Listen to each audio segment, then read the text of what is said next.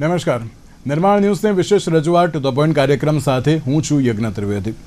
દર્શક મિત્રો, આજે ટુ ધ પોઈન્ટ કાર્યક્રમમાં ચર્ચા વિચારણા કરવાની છે એક મહત્વપૂર્ણ મુદ્દાને લઈને. સંસદમાં અત્યારે બજેટ સત્ર ચાલી રહ્યું છે, ત્યારે બજેટ સત્રમાં અલગ અલગ પ્રશ્નોને લઈને ચર્ચા વિચારણા થતી હોય છે. ત્યારે ગઈકાલે બજેટમાં એક મહત્વના મુદ્દાને લઈને ચર્ચા વિચારણા કરવામાં આવી કે અત્યારના સમયમાં નેશનલ હાઈવે ઉપર કેટલા અકસ્માતો થતા હોય છે અને કયા પ્રકારની પરિસ્થિતિ છે. ત્યારે કેન્દ્ર સરકાર દ્વારા જે રિપોર્ટ રજૂ કરવામાં આવ્યો અને જે રિપોર્ટ રજૂ કરવામાં આવ્યો તેમાં કહેવામાં આવ્યું કે ટોલ સ્વરૂપે 21,000 કરોડની જે વસૂલાતો કરવામાં આવે છે, પણ તેની સાથે ગુજરાત હાઈવેની જો હું માત્ર વાત કરું તો ગુજરાત હાઈવે ઉપર રોજના 6 લોકોના મૃત્યુ થાય છે અને સાથે સાથે 2021થી 25 સુધીમાં દેશમાં હાઈવે ઉપર 3 લાખ લોકોના મૃત્યુ થતા હોય તેવો આંકડો સામે આવ્યો છે.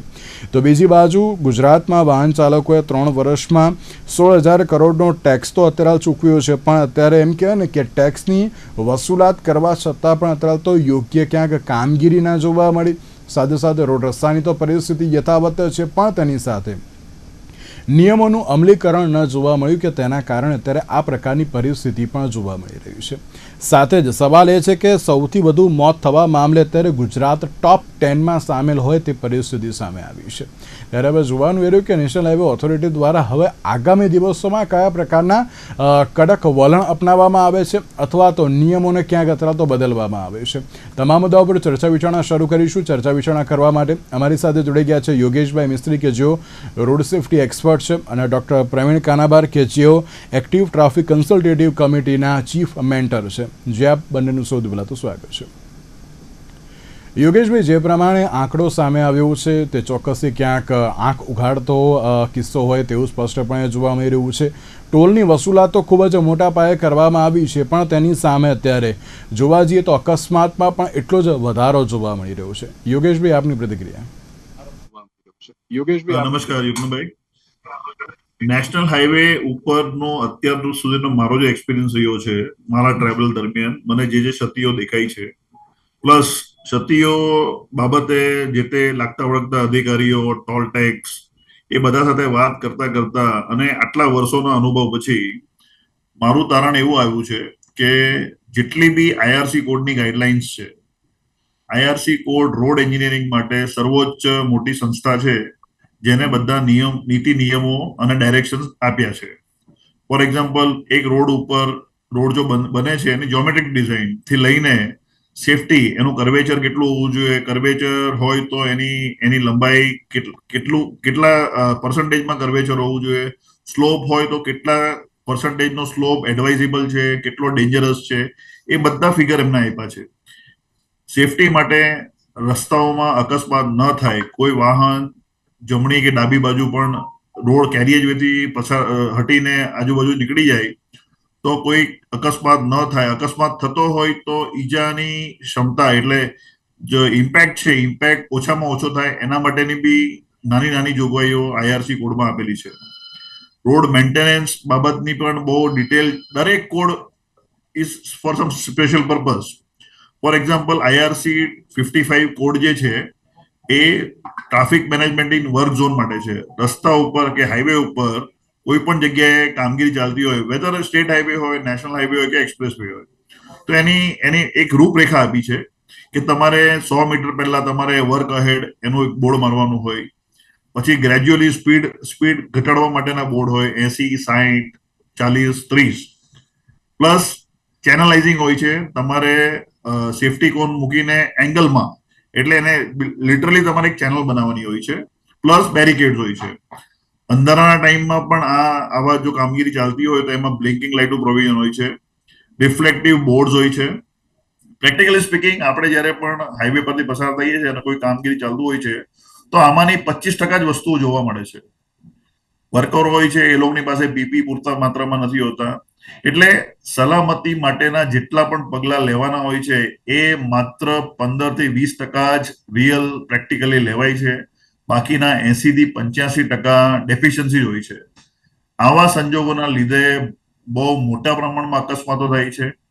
ફોર એક્ઝામ્પલ, અત્યારે જે અકસ્માતો થાય છે કે એક ગાડી બ્રેકડાઉનમાં આવી છે, એ બ્રેકડાઉન ગાડી દિવસમાં હોય કે રાતમાં હોય, એની પાછળ બીજું વાહન ભટકાઈ જાય છે.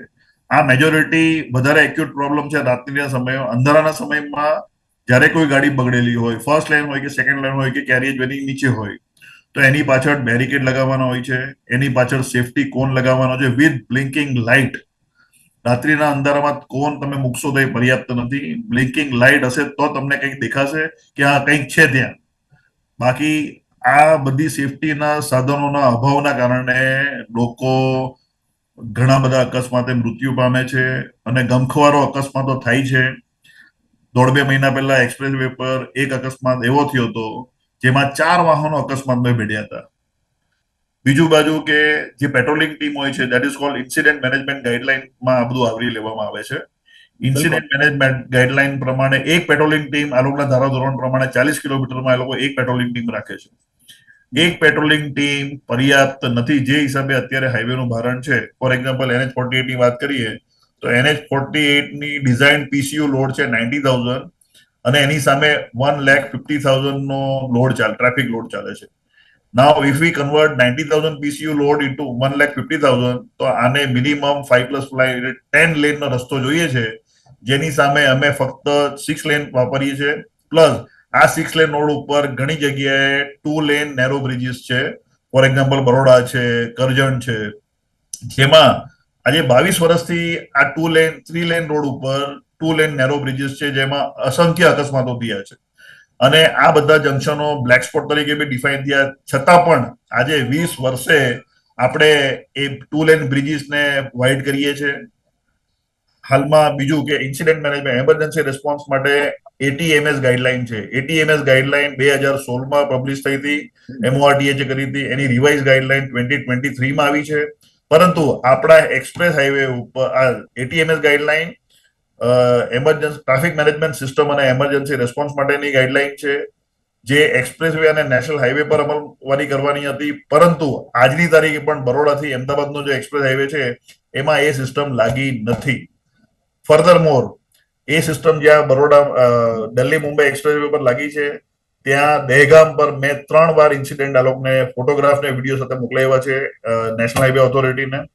ATMS કંટ્રોલ રૂમ કાર્યરત છે, પરંતુ 2 વાર 45 દિવસના અંતરે 2 વાર ATMS કંટ્રોલ રૂમ લોક મળ્યો છે. એમાં એક પણ માણસ નથી, દરવાજાને તાળું મારેલું છે. પ્લસ ત્રીજી વાર જ્યારે કંટ્રોલ રૂમ ચાલુ હતો ત્યારે ફક્ત એક જ માણસ ત્યાં કામગીરી કરી રહ્યો હતો, તે પણ એના ટેબલ પર બેઠો નહોતો. એટલે આ બધા સંજોગો ગંભીર અકસ્માતોમાં પરિણમે છે, જેના બાબતે નેશનલ હાઈવે ઓથોરિટી, એના કોન્ટ્રાક્ટરો, એના ઇન્ડિપેન્ડન્ટ એન્જિનિયર બધા જ કોઈ પણ સજાગ નથી. જેના ફળ સ્વરૂપે આવા અકસ્માતો થતા રહેશે એવું મારું માનવું છે.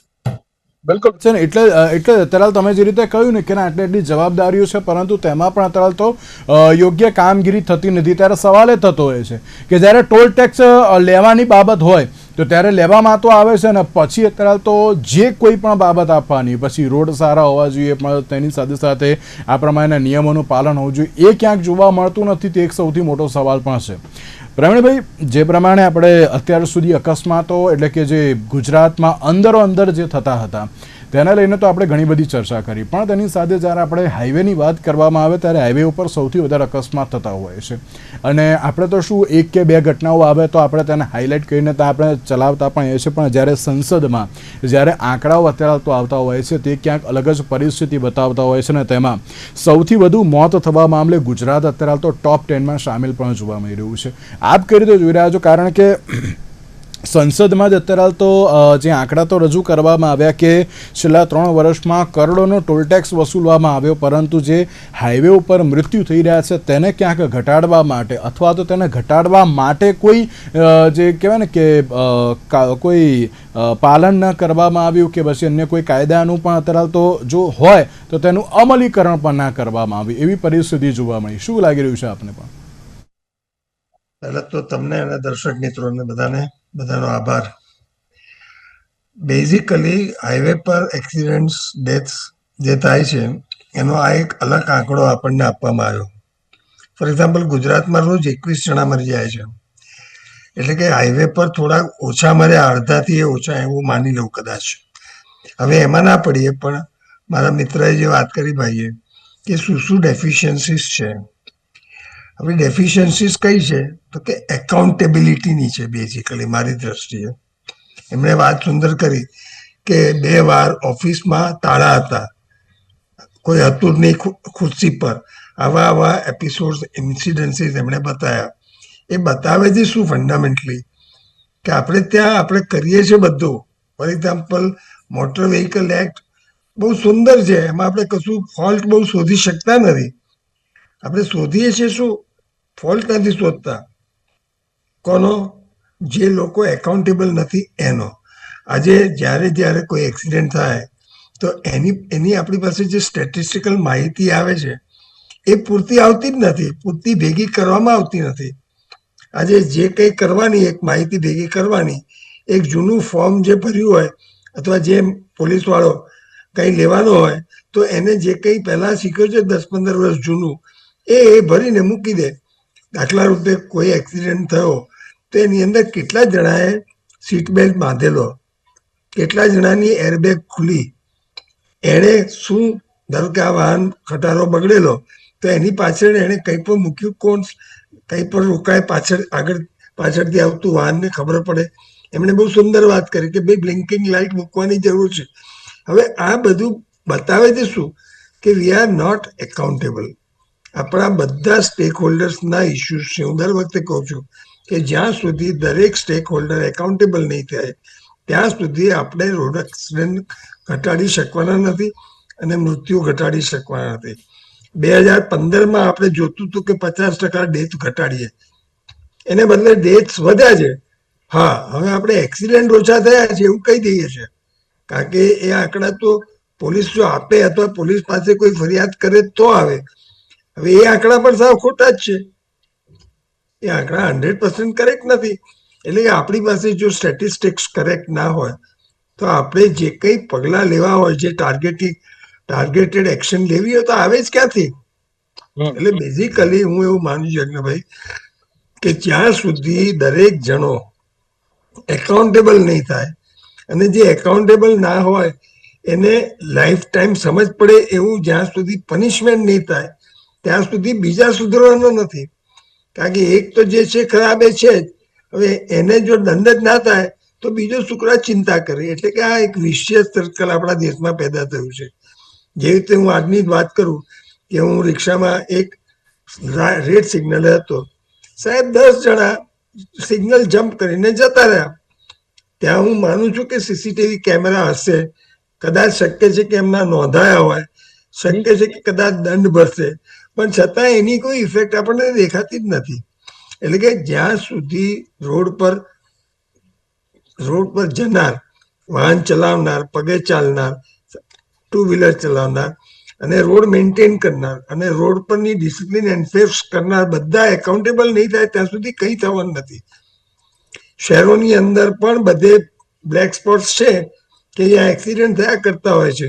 તો એ બ્લેક સ્પોટ પર શું કરવામાં આવે છે? કંઈ કરવામાં આવતું નથી, કોઈ એક્સ્ટ્રા વસ્તુ. એટલે કે એકાઉન્ટેબિલિટી જ્યાં સુધી આવવાની નથી ત્યાં સુધી બનાવેલા નિયમો આપણે પળાવી શકવાના નથી. ને એમાં સુધારો લાવવાની મોટી જરૂર છે. અને તેની સાથે એક બાબત યોગેશભાઈ એ પણ હું આપને પૂછવા માંગીશ કે તમે જે રીતે કહ્યું કે ના દરેક બાબતો છે ખરી પણ ક્યાંક તેનું યોગ્ય ઇમ્પ્લિમેન્ટેશન નથી જોવા મળતું, તો અત્યારે શેની રાહ જોઈ રહ્યું છે NHAI? શું હજુ પણ અકસ્માતો વધે તેની અત્યારે તો રાહ જોઈ રહ્યું છે? અને જ્યારે આ 1 વર્ષનું નથી, આની પહેલાંના પણ જે આંકડાઓ તો આવ્યા જ હશે ને, 1 વર્ષના આવ્યા હશે, ચલો આ તો 3-4 વર્ષના ભેગા કરીને ત્યાં તો રજૂ કરવામાં આવે છે, પણ 1 વર્ષના આંકડા તેમની પાસે તો હશે તો ખરી ને, મેળવ્યા તો હશે જ ને ગમે ત્યાંથી પણ. અને જો આંકડા છે તો પછી પણ કેમ કોઈ ઇમ્પ્લિમેન્ટેશન ન જોવા મળ્યું? તે પણ એક સવાલ થતો હોય છે ને આમાં તો, કે આપણા દેશ માટે પણ આ બહુ અનફોર્ચ્યુનેટ બાબત કહેવાય. મારા દ્વારા જેટલા બી હેઝાર્ડ્સ, હું મારા ગાડીમાં મારા ડેશબોર્ડ કેમેરા રાખું છું અને વિડીયો રેકોર્ડિંગ ને વિડીયો તો ઓછા પણ ફોટોગ્રાફ્સ પેલા શું કહેવાય છે જીઓટેગ ફોટોગ્રાફ્સ હોય છે મારા. અને આવા બાબતોમાં જીઓટેગ, ટાઈમ ટેગ ફોટોગ્રાફ સાથે જે મેં અત્યારે ATMS રૂમની વાત કરી, દહેગામ દિલ્હી મુંબઈ એક્સપ્રેસ હાઈવે પરની વાત કરું છું, એના વિડીયોઝ આ જેટલા બી મેં ડેટા લીધા છે, જેટલા બી હેઝાર્ડ્સ દેખાયા છે, જેટલું બી નોન કમ્પ્લાયન્સ છે, એ મેં MORTH ના સેક્રેટરી લેવલ સુધી અને ચેરમેન ને similar same mail address to secretary MORTH, chairman NHEI અને રિજનલ ઓફિસર ગાંધીનગર, એમને અસંખ્ય મેલો કર્યા છે. ત્યારબાદ પણ પરિસ્થિતિમાં ન જેવો સુધારો આવ્યો છે. જાણતા એટલે જે ટ્રાન્સપોર્ટના સેક્ટરથી જે સંકળાયેલા છે એ લોકો તરફથી મને એવી જાણકારી મળી કે હાઈકોર્ટમાં પણ અત્યારે એક હાઈકોર્ટમાં પિટિશન ચાલે છે, રીટ પિટિશન, જેમાં હાઈકોર્ટે એવો ટકોર કરી હતી, એમને હાઈકોર્ટના જજીસ, ચીફ જસ્ટિસે એવું અભિપ્રાય આપ્યો છે કે મેં જાતે જોયું છે ભરૂચ ને અંકલેશ્વરમાં જે રસ્તાઓની સ્થિતિ છે નેશનલ હાઈવેની, એ જરા બી મોટરેબલ નથી. હવે જયારે આવી ટકોર આપણા હાઈકોર્ટના જસ્ટિસ સાહેબ કે જજીસ આપણા કરતા હોય તો કેટલી ગંભીર બાબત કહેવાય. પ્લસ તદુપરાંત જે અમે તમને ATMS નો એક દાખલો આપ્યો, 45 દિવસ પછી પણ એ રૂમ લોકડ જ હતો. ત્યાર પછી 1 મહિના પછી પણ ત્યાં કાર્યરત હતો રૂમ, પણ એક જ માણસ ત્યાં બેઠો હતો. હવે આ માણસોને કોઈ જાતની ટ્રેનિંગ નથી આપેલી. મેં માહિતી માંગી છે, હવે એ લોકોના કોન્ટ્રાક્ટ છે કે નહીં, કયા લેવલની ટ્રેનિંગ આપે છે, કયા કેલિબરના પર્સન એ લોકોએ અપોઇન્ટ કર્યા છે, એ બધી વિગતો આવવામાં છે. એટલે આપણે જેટલું ડીપ જઈએ છે ને એટલું દુઃખદ થાય છે કે નીચે કઈ જ નથી, બધું પોલું જ છે. એટલે અત્યારે NH48 ની વાત કરું, છેલ્લા 3 વર્ષથી ઘણી જગ્યાએ સ્ટ્રીટ લાઇટો બંધ છે, આજની તારીખે બી બંધ છે. મહારાષ્ટ્ર સુધીની વાત કરું છું. પ્લસ નવસારીમાં પૂર્ણા નદીનો બ્રિજ 2 વર્ષથી બંધ છે, સોરી લગભગ પોણા 2 વર્ષ થઈ ગયા. હવે 3 લેન હાઈવે ઉપર 2 લેન નેરો બ્રિજ છે, જે મેઇન લેનનો બ્રિજ છે એ બ્રિજ બંધ છે, 2 વર્ષ થઈ ગયા. તમે ઇમેજિન કરો, હવે માણસો અકસ્માતે નહીં બેઠવાનું શું થવાનું? બિલકુલ. ગુજરાત યોગેશભાઈ કે જાહેર કરી દેવામાં આવે કે ના અત્યારે તો આ નેશનલ હાઈવે છે, પણ પછી શું એ ક્યાંક સવાલ જોવા મળતો હોય છે. બીજું આઈ વિલ એડ સમથિંગ. હવે અત્યારે આપણે સમજો હાઈવે પર જઈએ છીએ, આપણે ઇમિડિયેટલી આપણે કશે ટ્રાફિક જામમાં ફસાઈ જઈએ છીએ, રાઈટ? નેશનલ હાઈવે ઓથોરિટી વાળા જરા બી દરકાર નથી લેતા. તમારી પાસે ફાસ્ટેગ છે, જે વાહન તમારું એક ટોલ ટેક્સ થી પસાર થયું છે, ફોર એક્ઝામ્પલ હું બરોડાથી અમદાવાદ જાઉં છું, બરોડાથી મેં એન્ટ્રી લીધી, મારો ફાસ્ટેગ કપાયો, મારા ડેટા એમની પાસે છે, છતાં પણ કોઈ ટ્રાફિક જામ કે એક્સિડન્ટ થાય છે તો કોઈ મેસેજીસ નથી આવતા. આગળ કોઈ સમજો કામ ચાલુ હોય તો જે ડ્રાઈવર્સ ટોલ ટેક્સ પરથી પસાર થાય છે, they have that announcement facility also on toll plazas. They can announce કે ભાઈ આગળ જતા કામગીરી ચાલુ છે. એવા કોઈ સાવચેતીના પગલા લેવામાં આવતા નથી. એટલે તમે સીધા જાઓ અને સીધા તમે અકસ્માતને બેઠો એની તૈયારી રાખીને બેઠા છે લોકો. બિલકુલ સાચી વાત છે. અને એટલે છે ને એમ એક એવી પણ બાબત સામે આવતી હોય છે કે જ્યારે ઘણી બધી રીતે અત્યારે તો વસૂલાતો કરવામાં આવતી હોય છે, પણ તેની સાથે તમે જાહેર કરી દો અને પછી તેને યોગ્ય રીતે મેન્ટેન પણ અત્યારે તો કરવું બહુ જરૂરી જોવા મળતું હોય છે. જી પ્રવીણભાઈ, આપને કંઈક કહેવું હતું, સાથે સાથે સવાલ એ પણ છે કે નેશનલ હાઈવે જાહેર કરવામાં આવે છે પછી તેના મેન્ટેનન્સનું પણ શું? તમે જો આ છેલ્લા 2 દિવસ છાપા વાંચ્યા હોય તો એમાં દેખાય છે કે ગવર્મેન્ટે કહ્યું, ખાસ કરીને આપણા ચીફ મિનિસ્ટર સાહેબે અને કદાચ આપણા ડેપ્યુટી CM કે હવે રસ્તા આવા ખરાબ હશે તો નહીં ચાલે. એ કેમ કહ્યું ભાઈ?